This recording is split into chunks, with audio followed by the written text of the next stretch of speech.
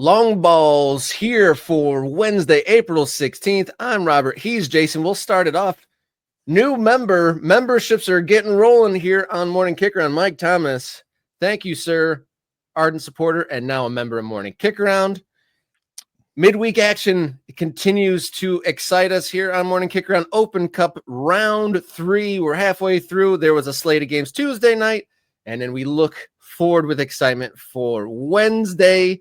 I stayed up a little bit past my bedtime watching AV Alta beat Orange County. A little bit of a, beating the team that's a little bit more established than you. And it went all the way out to shootout, and there were some fun moments in commentary there. Yeah, we're going to get to those. We definitely, we were previewing these games ahead of this round. It was Robert, one of the ones we picked, I think. Yeah, I think we definitely picked. Well, because again, we had AV Alta, who's a brand new team in USL League One, who had already won via a dramatic ending against LAFC 2, I believe is who they beat in the last round. So now they've beaten a couple of Southern California teams. I think I've got here the scores. No, that's not today. Scores from yesterday. Ooh, yeah. Maybe you can't see them all. So obviously it's that's one of the stories. AV Alta beating Orange County. You got Union Omaha. That I like that one too. That one is interesting to me because that's a lower division team and a League One team beating a championship side in San Antonio FC. Obviously, well-known club San Antonio FC. Pittsburgh Riverhounds took down Columbus Crew 2. That's third division losing to second division, but I still think that one's interesting because of the MLS connection there. I think we only had a couple of teams from MLS clubs still involved. Second teams, reserve teams, MLS Next Pro. Tacoma Defiance beating Oakland Roots. I put on my Oakland Roots shirt today in defeat. Very sad about that, but Tacoma Defiance moving on. And you mentioned the commentary situation, so maybe we can bring that in because set the stage for us here, because you said you were watching this game, Rob. This was the game I got to watch from front to back last night, and it was a good match all the way through and through. Multiple lead changes, including some the final equalizer to make it 2-2 in the last 10 minutes of the game. Go through extra time and pretty standard overtime. A lot of roughhousing and wasting time and whatnot. But they get to the penalty shootout. And there's a huge electric sign with an arrow saying, supporters, come here for the penalty shootout. It's like a 50-foot electronic board. And then they come to the field, and the players are at the other end. Oh, no, it's wrong. It was wrong.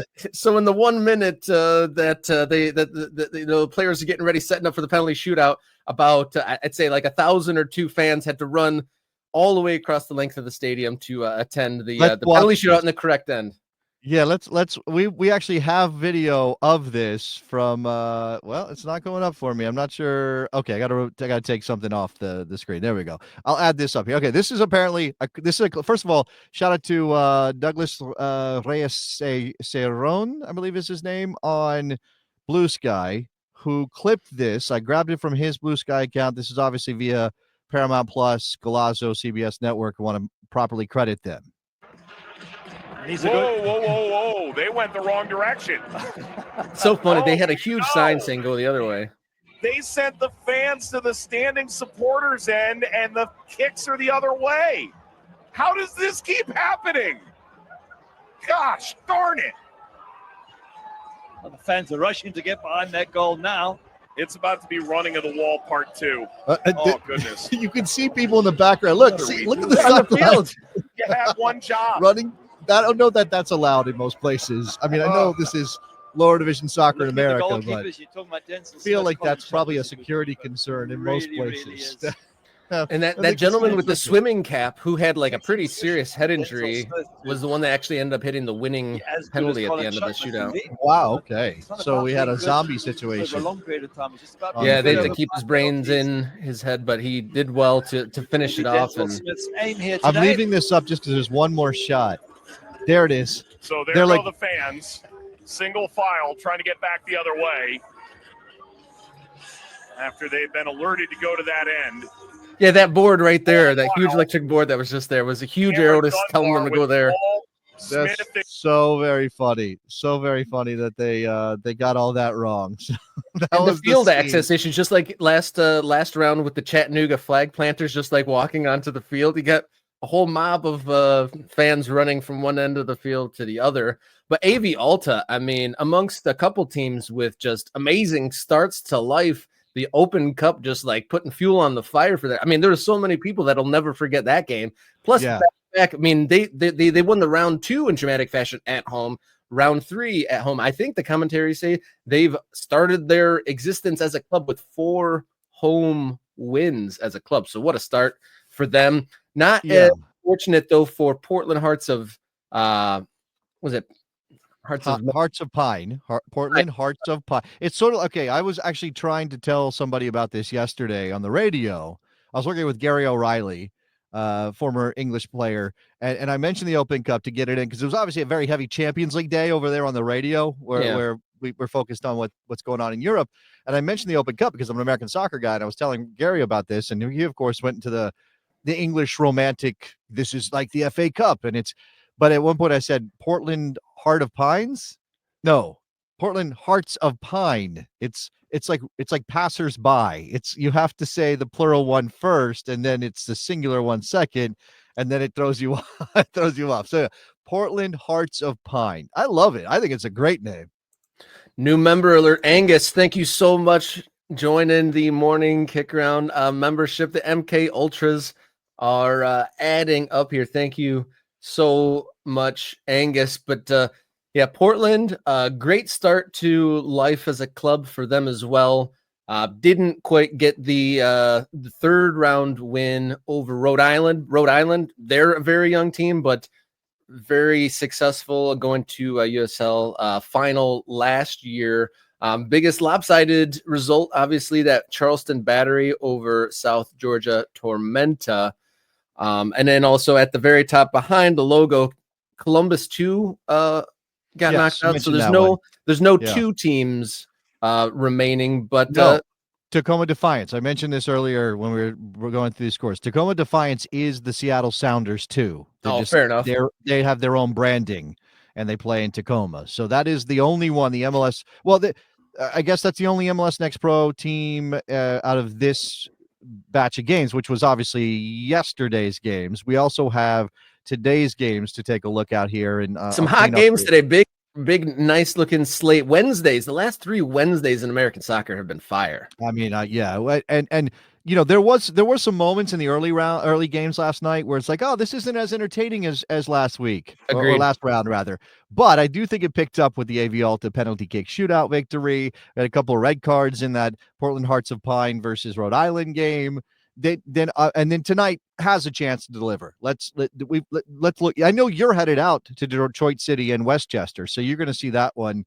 FC Naples has made waves. If you saw our segment on where American soccer is right now and sort of celebrating a moment, in my thumbnail for that video, I put a FC Naples headline because FC Naples in a first year situation has made a lot of waves in Florida. That's a Florida derby, an East Coast Florida derby, West Coast Florida derby between Naples and Tampa. Obviously into 11 and Miami FC. Those are teams in the same level. That's not as interesting. Let's keep in mind, of course, but still, Colorado Springs Switchbacks and one Knoxville. So those are teams from 2 different levels. We also have Sacramento hosting El Farolito, and I'm torn by this one, Rob. My heart is wrenched asunder. Rended asunder. I don't know, whatever. I'm torn because I'm like that song, because Sacramento is my hometown team. Technically speaking, I was born there, but El Farolito is the darlings of the tournament. They're the only amateur side left, and the burrito team. How can I choose? And it's wild too that El Farolito being the remaining amateur side, but I think I don't know how many winners there are, but they're amongst the winners of historical versions of this tournament under a different name, I believe. So steeped in history, El Farolito. Yes. That'll be a tough one. It's the darlings versus the hometown team. I mean, are you gonna just kind of hope for the best for both teams, or are you gonna really throw your chips in on Sacramento? Look, as much as I love again, my dear hometown of Sacramento, California, where I spent 2 months of my life. I have to go for the underdog here. I have to go for El Farolito. I have to think about the magic of this cup, the Cinderella story. That's what, when we get a Cal FC, when we get a, what's the team out of Baltimore? I can't remember. Christos. When we get a Harper's, I'm getting that wrong. There's a Colorado team, somebody remember that one. When we Hailstorm? No. This is an amateur team out of Colorado whose name is escaping me at the moment, who made a bit of a run. When the amateur teams succeed, it brings more attention. And there will be snobbish people who say, oh, if El Farolito beat a USL championship team, well, that must mean that the USL championship team is terrible. And really, the odds are very stacked against El Farolito tonight away in Sacramento. But that's what we want. That brings more attention.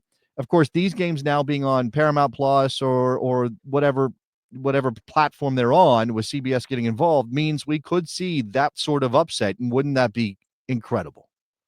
Brandon in the chat saying, today we are all Farolito burritos. Do you agree with that from being a Sacramento in? Sure. Today I'm a Farolito burrito. And as I said, I am 13 days away from a trip out to the West Coast to maybe visit El Farolito, among other things. So I'm perhaps I'll be there to celebrate with them another cup set. If there's any Michiganders in the chat, I'll see you at the DCFC game whenever we go there. That's just a total magnet for all the soccer people in the area. It's actually kind of hard to watch the games whenever I go there. I end up just chit-chatting, but I'll do my best to bring the news on the street back to the program for DCFC versus brand new tied Westchester.